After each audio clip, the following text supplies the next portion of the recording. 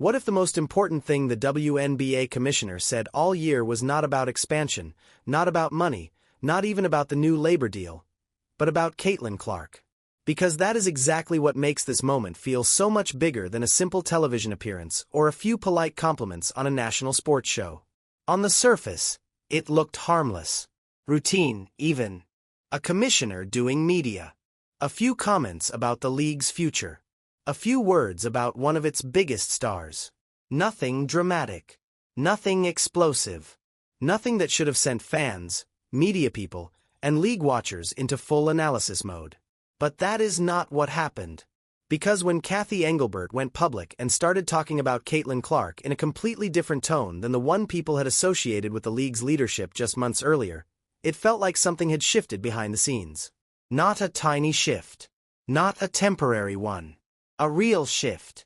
The kind that tells you the people in charge may finally understand what has already become obvious to everyone else watching. That the WNBA is no longer standing at the edge of a new era. It is already inside one. And whether some people are comfortable admitting it or not, Caitlin Clark is sitting right at the center of it. That is why this story is not really about one interview. It is about power. It is about timing. It is about a league that spent the last 2 years being pulled into a completely different level of visibility, pressure, and money. It is about a commissioner who suddenly sounds much more eager to praise the player whose influence became impossible to downplay. It is about a labor fight that nearly pushed the league to the brink. It is about injuries, tension, public accusations, backstage frustration, and one superstar whose name kept showing up in the middle of every major conversation whether people wanted it there or not. And now, heading into 2026, all of those storylines are colliding at once. Because think about how wild this really is. Less than a year ago, the WNBA was dealing with internal friction that had become impossible to hide. Players were openly frustrated. League leadership was under fire. Fans were questioning whether the people running the sport actually understood what was happening in real time. Every public statement was being dissected. Every negotiation update felt tense. Every rumor hit harder because the trust between the league office and the players looked shaky at best. At the exact same time, Caitlin Clark was trying to navigate a season that did not go the way anyone expected. The hype was massive. The expectations were even bigger. But instead of giving fans the full-blown superstar follow-up campaign they thought they were about to get, her year kept getting interrupted. Injury after injury. Stop and start. Momentum, then frustration. Hope, then silence. A season that was supposed to confirm her rise instead turned into a strange mix of absence, speculation, and unfinished business. And somehow, even while she was off the floor, she still remained the gravitational center of the league. That is when you know someone's influence has become different. Because usually, when a player is not playing, the spotlight moves. The conversation spreads out. The attention gets redistributed. But that did not happen here. If anything, Clark's absence made her presence feel even larger. Ratings conversations still led back to her. Labor conversations still drifted toward her name. Media attention still circled around her. Brand power still followed her. Every major debate about the future of the WNBA kept running into the same reality over and over again. Whether people loved that fact, hated it, or felt conflicted about it, Caitlin Clark had become too important to ignore. And that brings us to the part that makes this whole thing so fascinating. When a commissioner changes tone publicly, especially after a year full of tension and noise, that is never just about being nice. It is never just about giving credit where credit is due. There is always a message underneath it. Sometimes it is political. Sometimes it is strategic. Sometimes it is a signal to players, networks, sponsors, or fans. And sometimes it is all of those things at once. So when Engelbert went on national television and spoke about Clark in a way that sounded proud, supportive, and fully aware of her reach beyond the WNBA itself, people noticed. They noticed because the timing was too perfect. They noticed because the wording mattered. They noticed because it came after months of chaos, criticism, and negotiations that changed the financial structure of the league. And they noticed because it sounded like more than praise. It sounded like acknowledgement. Almost like the league was finally saying out loud what the numbers had already been screaming. That Caitlin Clark is not just one great young player in a growing sport. She is not just a headline machine. She is not just a ratings boost. She is not just a merch seller. She is not just a rookie sensation who carried over college attention into the pros. She is a force that changed the scale of the conversation. The money conversation. The visibility conversation. The scheduling conversation. The media conversation. The future conversation. And once that kind of impact becomes obvious, every person in power has a choice to make. They can resist it, downplay it, and act like the old structure still controls everything. Or they can adapt, align themselves with it, and try to shape what comes next. That is why this moment matters so much. Because it may have been the clearest sign yet that the second option is finally winning. And if that is true, then what happened on that TV appearance was not just a commissioner complimenting a player. It was the public confirmation of a power shift that has been building for months. Maybe longer. A shift created by fan demand, by television numbers, by ticket sales, by sponsor money, by league expansion, by labor pressure, and by one player whose reach got bigger even while she was hurt.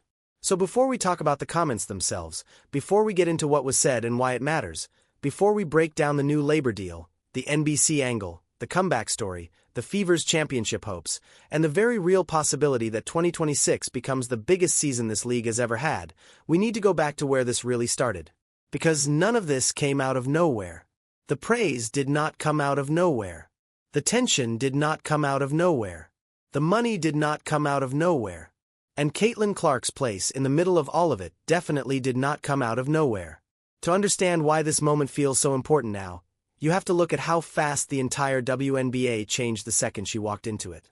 The truth is, the WNBA was already growing before Caitlin Clark ever stepped onto a professional court. That part gets lost sometimes. The league had been building slowly for years. Better marketing. Stronger TV deals. Rising stars. More competitive games.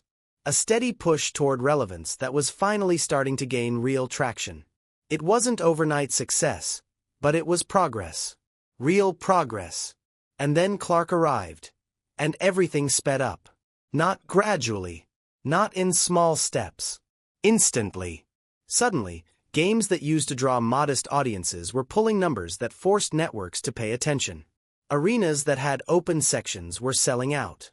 Teams that had never thought about moving games to larger venues were suddenly doing it just to handle demand. Ticket prices started climbing to levels that felt closer to NBA playoff energy than a regular WNBA night. And it wasn't just inside the arenas. Social media exploded. Highlights weren't just being watched, they were being shared, debated, argued over. Every deep three, every no-look pass, every big moment became content that lived far beyond the game itself. People who had never followed the league before suddenly had opinions. Strong ones. And they weren't just casual viewers either. They were engaged, invested, watching full games, talking about matchups, learning rosters.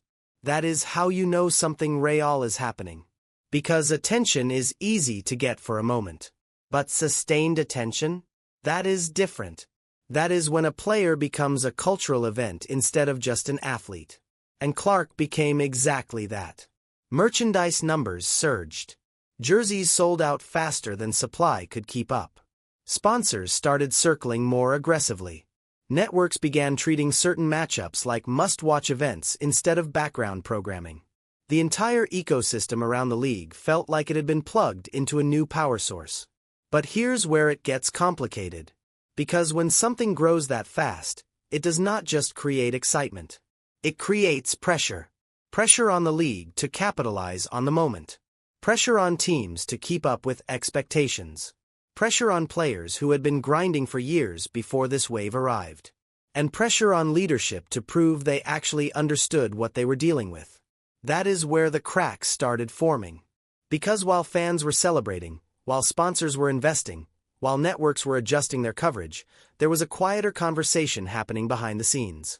A conversation about who was responsible for this growth, and who should benefit from it. And that conversation was not simple. On one side, you had the league, An organization that had spent decades building something sustainable, often operating carefully, sometimes cautiously, always thinking about long-term survival. They had history, structure, systems in place, a way of doing things that had kept the league alive through years that were not always easy. On the other side, you had players who were now looking around and seeing something very different from what they had experienced before. More fans, more money, more attention, more visibility. And they were asking a very direct question. If the league is growing this fast, why aren't we seeing that reflected in how we're treated? That question did not start with Caitlin Clark. But her arrival made it impossible to ignore. Because suddenly, the gap between what the league was generating and what players were receiving felt wider than ever. Every sold-out arena became a reminder. Every record-breaking broadcast became a data point. Every viral moment became proof that something had changed. And once that realization spreads, it does not go away. It builds. Quietly at first. Then publicly. Then loudly. That is exactly what started happening as the 2024 season unfolded. Because while Clark was drawing attention at a level the league had never seen before, the players were watching closely. They were seeing the numbers.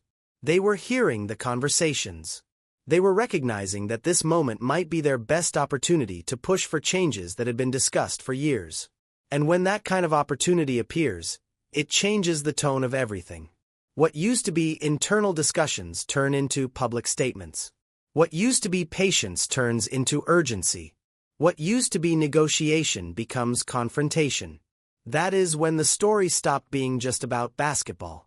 Because the same force that was lifting the league to new heights was also exposing every unresolved issue sitting underneath it. And no matter how exciting the growth looked on the surface, those issues were about to come into the spotlight in a way no one could ignore. Coming into 2025, there was a very specific expectation surrounding Caitlin Clark. Not hope, not curiosity, expectation. Because after everything that happened in her rookie year, the story felt unfinished. Fans had seen flashes of something historic, something different, something that didn't just fit into the league but reshaped it. And now, with a full off-season to adjust, recover, and build chemistry, this was supposed to be the year where it all came together. This was supposed to be the leap.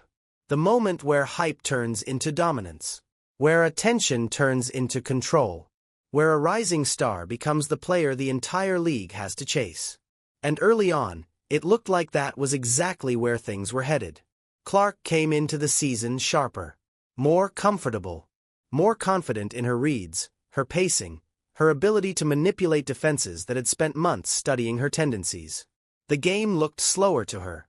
The passes came quicker. The decisions felt more precise. You could see the evolution happening in real time. Indiana, as a team, felt different too. There was momentum building. Real belief. The kind that doesn't come from media narratives, but from players starting to understand how good they can actually be together.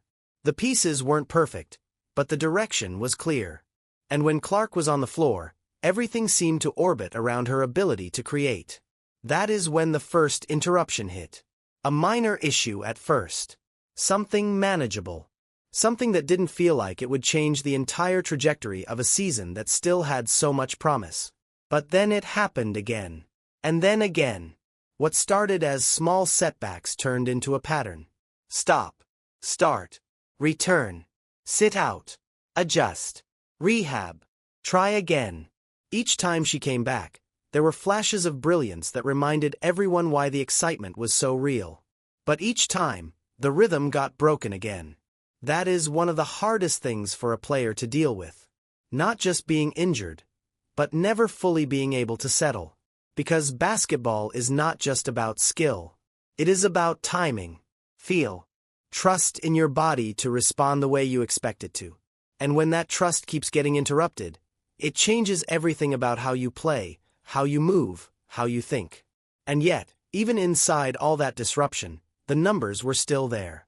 In just 13 games, Clark was averaging 16.5 points, 8.8 assists, and 5 rebounds. Efficient, productive, impactful.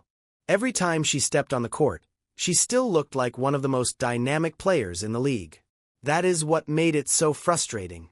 Because you could see what it was supposed to be. You could see the version of the season that never fully got a chance to exist. Instead of building momentum, the year became a question mark. Instead of establishing dominance, it became about recovery. Instead of pushing forward, it became about trying to get back to baseline. And then came the moment that ended any remaining hope. The injury that finally shut everything down. A right groin strain that didn't just take her out for a few games. It ended her season. No playoffs.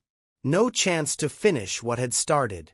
No opportunity to turn that incomplete story into something definitive. Just silence. And when a player like Clark disappears from the court, even temporarily, it creates a vacuum.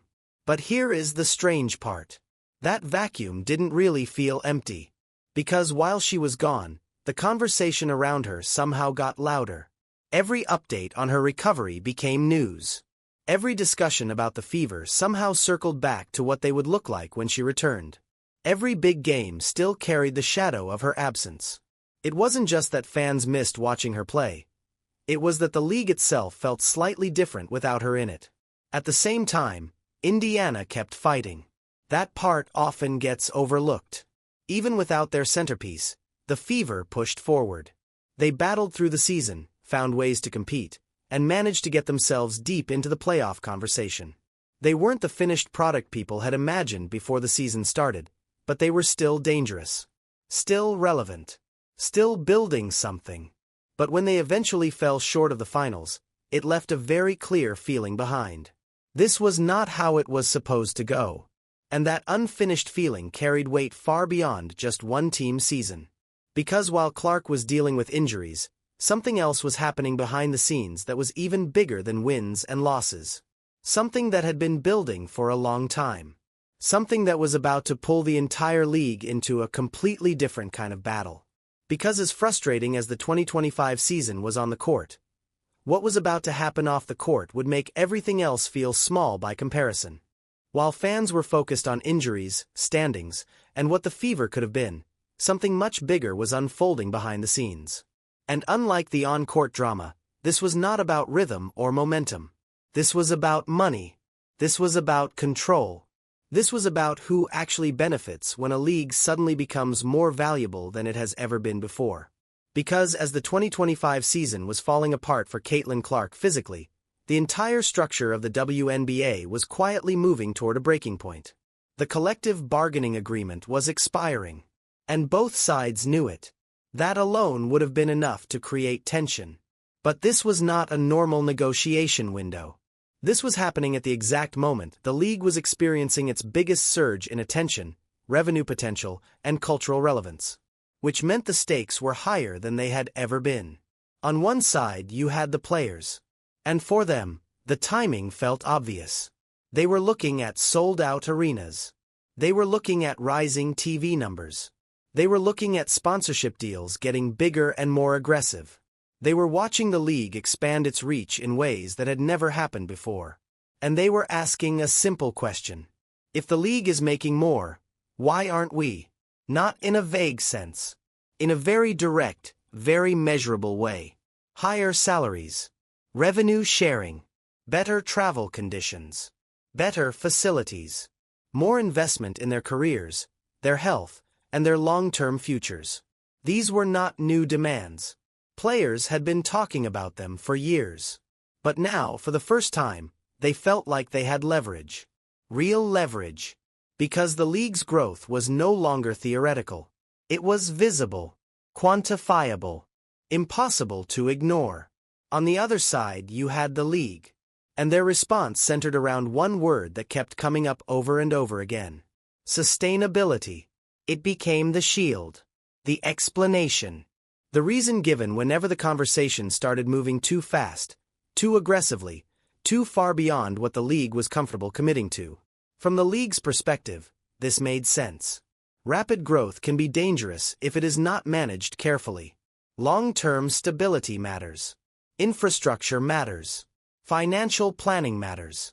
You cannot just spend based on momentum and hope it lasts forever. But from the players' perspective, that word started to feel like an excuse. Because while they were being told to be patient, Everything around them suggested that the moment was already here. And when two sides look at the same situation and see completely different realities, conflict becomes inevitable. At first, it stayed mostly behind closed doors. Negotiations, meetings, discussions that stretched late into the night. Lawyers, representatives, executives going back and forth over numbers, percentages, timelines. Trying to find common ground. Trying to avoid a public breakdown. But tension has a way of leaking. And eventually, it did. Players started speaking more openly. Frustration that had been contained began to surface in interviews, in press conferences, in moments where the tone shifted from controlled to emotional. And then came the moment that changed everything. When Nafisa Collier stepped in front of a microphone and stopped holding back. She didn't soften it.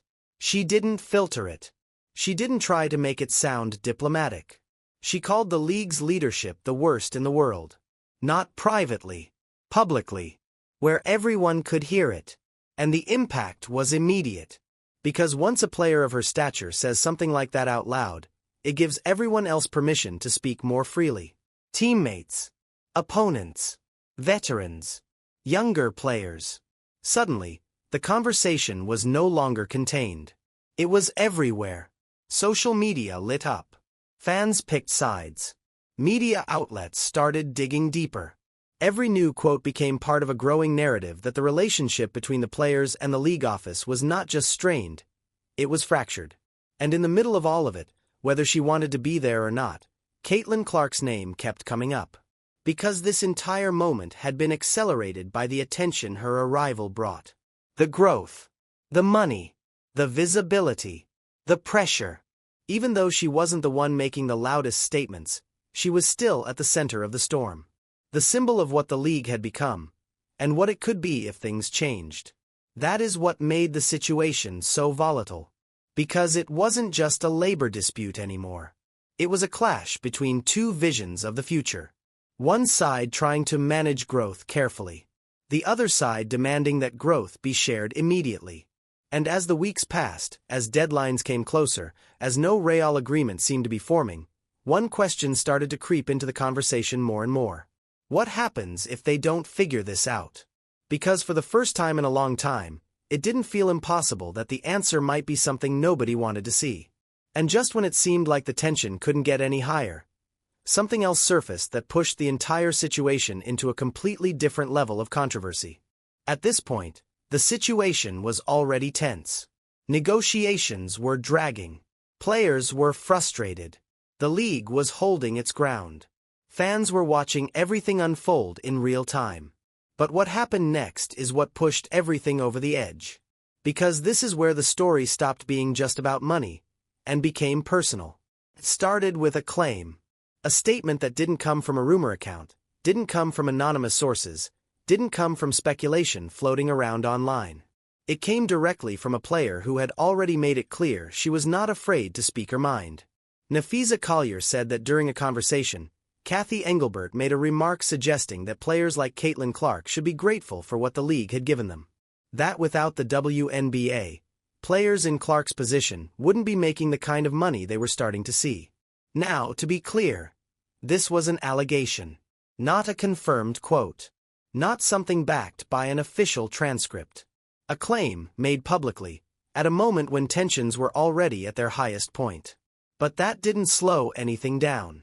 Because once those words hit the public, the reaction was immediate. And it was explosive. Fans didn't wait for clarification.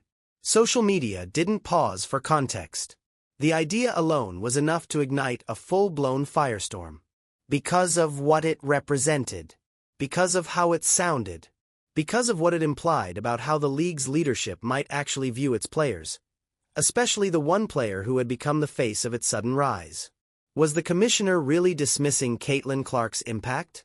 Was she downplaying the role that players were having in driving the league forward? Was there a disconnect between what was happening on the court and how it was being valued at the highest level of leadership? Those questions spread fast. And they spread far. Former players weighed in. Current players spoke up. Media personalities debated it from every angle. Every word got analyzed. Every reaction became part of a larger conversation that was no longer just about labor negotiations. It was about respect. And that is where things get dangerous. Because money can be negotiated. Contracts can be rewritten. Structures can be adjusted. But once respect becomes part of the conversation, everything feels different. That is why this moment hit so hard. Because even if the exact wording was disputed, even if the context was unclear, even if the claim itself could not be fully verified, the perception it created was enough to deepen the divide. And then came the response. Cathy Engelbert didn't stay silent. She addressed the situation publicly. She pushed back against the report. She said the comments being attributed to her were inaccurate. She emphasized that Caitlin Clark was a transformational player for the league. That she recognized the impact. That she understood what was happening in real time. That the narrative being built around her words did not reflect reality. On paper, it was a strong response. Clear. Direct. Attempting to shut the story down before it spiraled even further. But here's the problem. By the time a situation reaches that level of attention, denial alone doesn't reset the conversation. Because people don't just react to what is said. They react to how it feels. And this entire moment felt like something bigger than one quote. It felt like confirmation of a tension that had already been building for months. A sense that the league and its players were not fully aligned on what this new era was supposed to look like. A sense that while the outside world was celebrating growth, the inside of the league was still trying to figure out how to handle it. And Caitlin Clark's name being attached to that moment only made it more intense. Because she had become the symbol of everything that was changing. The visibility, the money, the expectations, the pressure. So when her name entered this controversy, it didn't just stay about one conversation. It became part of the larger question everyone was already asking. Does the league truly understand what it has right now? Or is it still trying to catch up to something that has already moved ahead of it? That is why this moment mattered so much. Not because of the exact wording. Not because of who said what. But because of what it revealed. That the relationship between the players and the league office had reached a point where even a single reported comment could trigger a league-wide reaction. That trust had been shaken. That communication had broken down. That the gap between perception and reality had become wide enough for something like this to explode. And heading into the final stretch of negotiations, that was the last thing anyone needed. Because now, this wasn't just about finding a deal. It was about repairing a relationship. And at that moment, it didn't look like either side was ready to back down. Which made what happened next feel almost impossible just a few weeks earlier. For a long time, it didn't feel like this moment was ever going to come. Deadlines kept passing. Meetings kept stretching late into the night. Reports started leaking about negotiations going into the early morning hours, arguments over percentages, over structures, over language that seemed small on paper but meant everything behind the scenes. And the longer it went, the more real the possibility became. What if they don't reach a deal? What if the 2026 season actually gets delayed? Or worse? That question started moving from unlikely, to uncomfortable, to very real. Because this wasn't just a disagreement anymore. It was a standoff. On one side, the players had drawn a line. They wanted a system that reflected the league's growth right now. Not years from now. Not after hitting certain benchmarks. Now. They wanted salaries that matched the attention the league was getting. They wanted revenue sharing that didn't feel conditional. They wanted structural changes that proved the league was serious about investing in them. On the other side, the league was trying to protect itself from moving too fast. From overcommitting.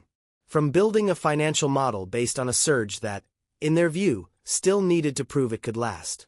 Two completely different approaches. Both believing they were right. Both unwilling to give in easily. That is why the negotiations dragged the way they did. Because this was never going to be solved quickly. But then, everything changed.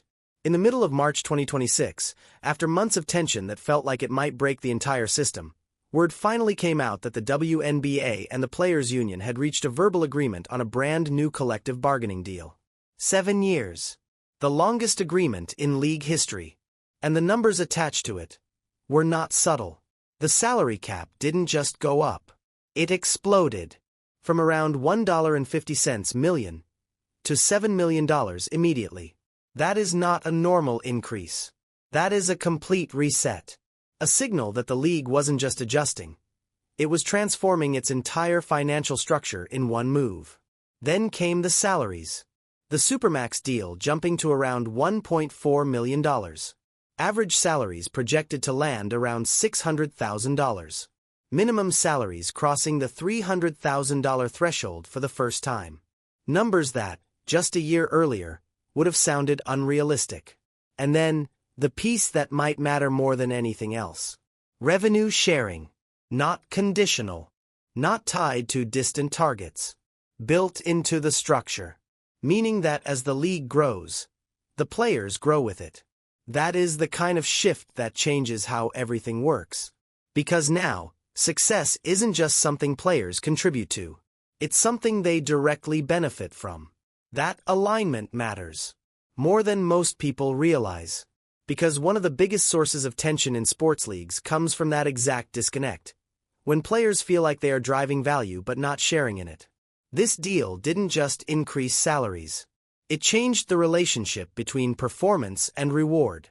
And when that happens, the entire tone of a league can shift. Commissioner Cathy Engelbert called it the beginning of a new era. And for once, that didn't feel like marketing language. It felt accurate. Because you don't jump numbers like that unless something bigger is happening underneath. You don't restructure an entire system unless you recognize that the old version can't handle what's coming next. And here's where things get really interesting.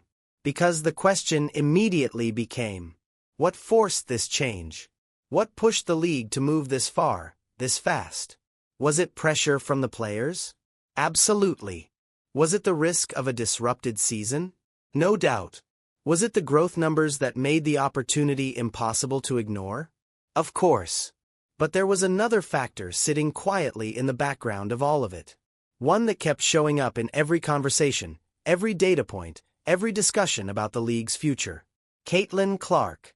Because the entire idea of revenue sharing only works if the revenue keeps rising. And the revenue only keeps rising if the attention stays high. The viewership. The ticket sales. The merchandise. The sponsorships. All of it. And whether people wanted to say it out loud or not, Clark had become the single biggest driver of that momentum. Not the only one, but the most visible one. The most consistent one. The one that kept pulling new eyes into the league over and over again. So when this deal came together, when the numbers finally made sense for the players, when the structure started to reflect the growth everyone had been talking about, it wasn't happening in a vacuum.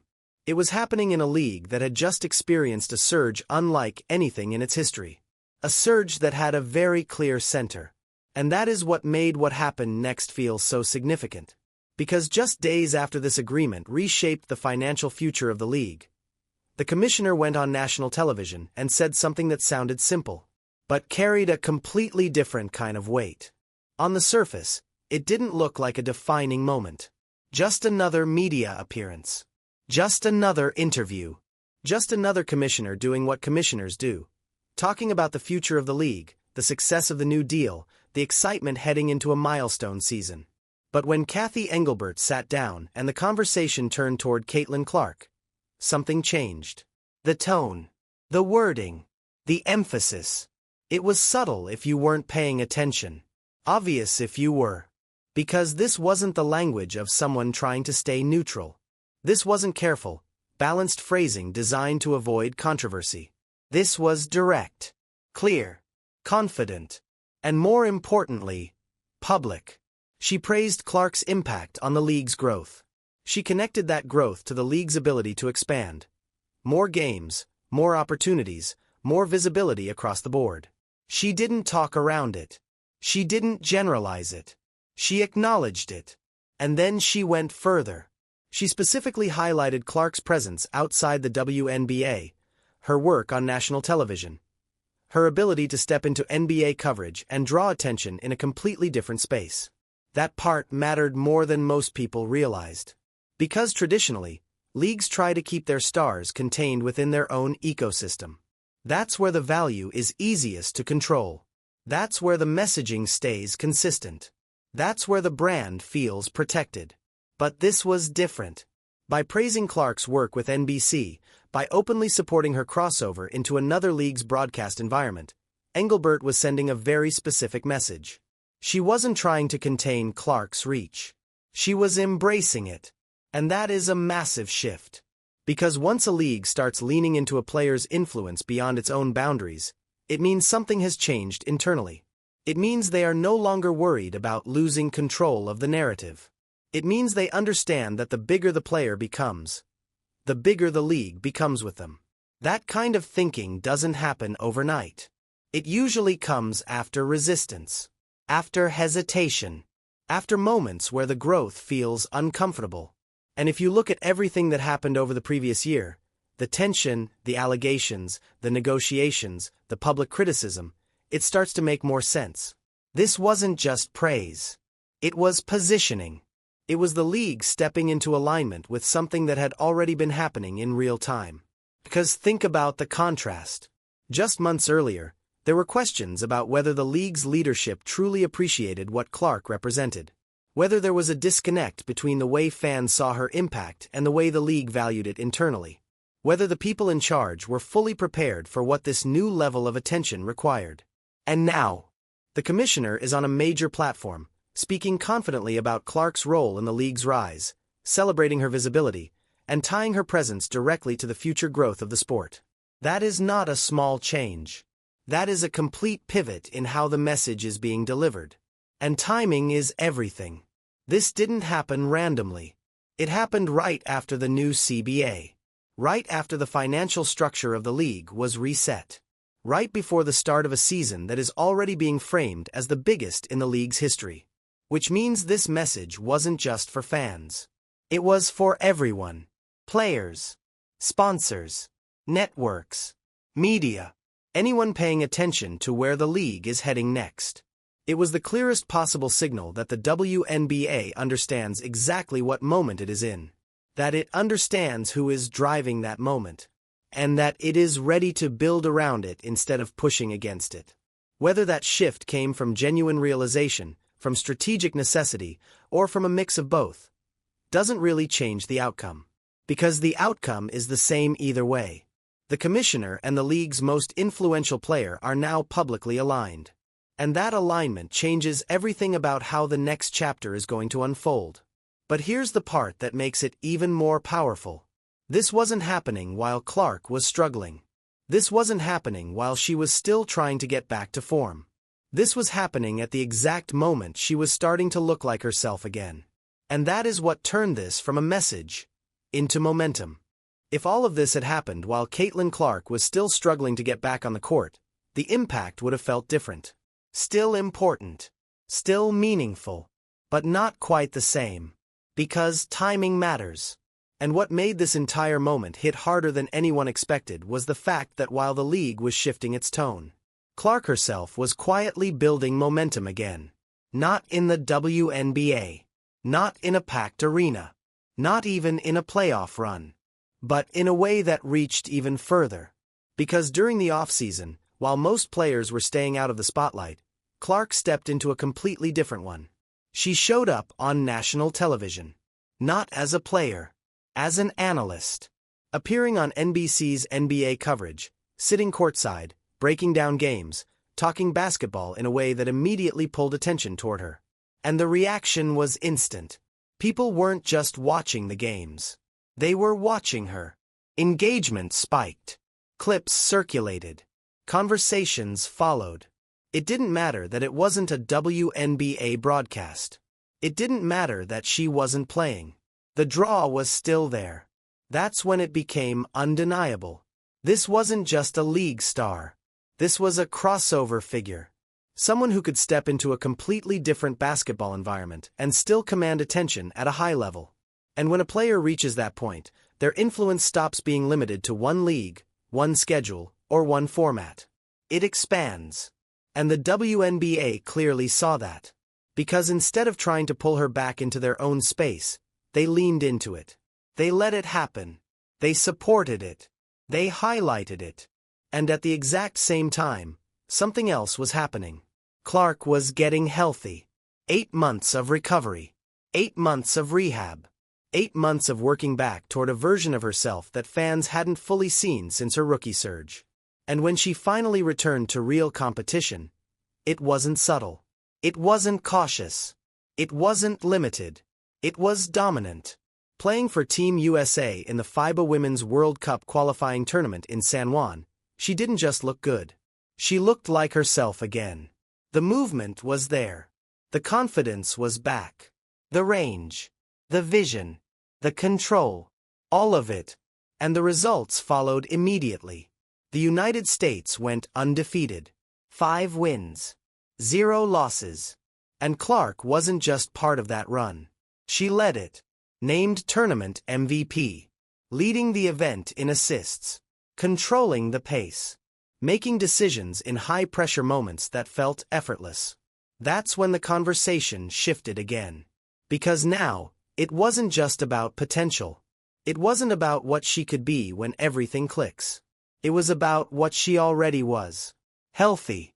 In rhythm. And back at a level that forces everyone to pay attention. Her own words made it even clearer. She said she finally felt like herself again. That she was fully healthy. That after all the time away, all the setbacks, all the frustration, she was ready to play.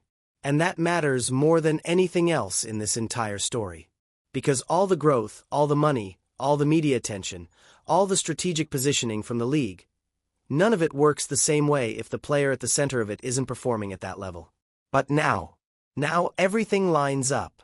The league is aligned. The financial structure is reset. The visibility is higher than ever. And the player driving the moment is back. That is not normal timing. That is perfect timing. Which is exactly why what came next started to feel less like optimism, and more like a warning to the rest of the league. Because Caitlin Clark didn't just come back and play well. She came back and started talking like someone who already knows what's about to happen next. Once Caitlin Clark started speaking publicly again, the tone wasn't cautious. It wasn't reserved. It wasn't the kind of language you hear from someone easing their way back after an injury-filled season. It was direct, confident, almost calculated. She didn't say the Indiana Fever could be good. She didn't say they might compete. She didn't frame it as a long-term build or a hopeful projection. She said they were going to be the favorites, not contenders. Favorites. And that one word changed the entire conversation. Because when a player at that level says something like that, it does 2 things immediately.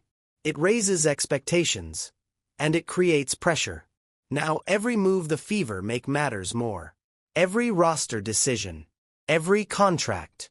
Every piece they choose to keep or let go. Because the reality is, building a championship team under the new system isn't simple. Not even close. The new CBA brought massive financial growth. But it also brought complexity. A $7 million salary cap sounds huge compared to where the league used to be. But when you start talking about multiple max-level players on the same roster, that space disappears fast. Clark made it clear what the priorities were. Keeping Kelsey Mitchell. Building around Aaliyah Boston. Maintaining a core that already understands how to play together. But here's where the challenge hits. If you pay all 3 at or near max levels, you're committing a massive percentage of your cap to just a handful of players. Which means everything else becomes tight. Very tight. Depth becomes harder to maintain. Role players become harder to afford. And any injury, the exact thing that derailed 2025, becomes even more dangerous. Because when your roster is top-heavy, you don't have much room for error. That is the balancing act the Fever are walking into. And they're not alone. Because the entire league is about to go through one of the most chaotic off-seasons it has ever seen. Over 80% of players hitting free agency. Teams reshuffling. New contracts being signed under a completely different financial system. And on top of that, expansion. 2 new teams entering the league. New rosters. An expansion draft that forces existing teams to make impossible decisions about who to protect and who to risk losing. Everything is shifting at once. And all of it is happening right before the WNBA's 30th anniversary season. That's not just a milestone. That's a marketing moment. A spotlight moment.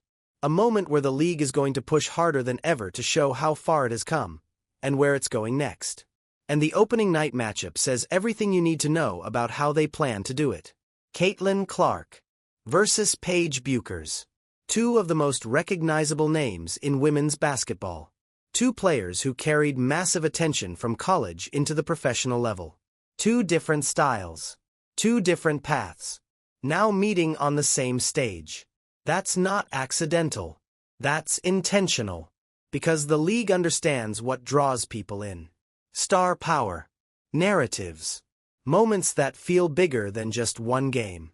And when you combine that with everything else, the new CBA, the expansion, the increased visibility, the commissioner's public alignment, the financial growth, it creates something the WNBA has never really had before. A season where everything feels connected. Where every storyline feeds into the next. Where every game feels like part of something larger. And right at the center of all of it is Caitlin Clark. Not just as a player, but as a force. The same player who walked into the league and accelerated its growth. The same player whose name kept showing up in every major conversation. The same player who stayed relevant even when she wasn't playing. The same player who is now healthy, confident, and fully aware of the moment she's stepping into. And that's why what the commissioner said matters so much. Because it wasn't just praise. It wasn't just recognition. It was confirmation. Confirmation that the league knows exactly who is driving this new era. Confirmation that the system has adjusted to match that reality. Confirmation that heading into 2026, there's no more hesitation about where this is all going. And if everything plays out the way it looks like it might, this won't just be another season. It will be the moment the WNBA fully steps into a version of itself that looks completely different from anything we've seen before. Now here's the thing. If you've made it this far, you're already ahead of most people watching these changes happen in real time. Because the surface story is easy to follow. But the real story, the one underneath all of this, is still unfolding. And if you want to stay ahead of it, if you want to catch every shift, every moment, every story before it fully breaks, make sure you subscribe to the channel. Drop a like if this gave you a new perspective. And let me know in the comments. Do you think Caitlin Clark and the Fever really are the favorites heading into 2026? Or is the league about to surprise everyone again?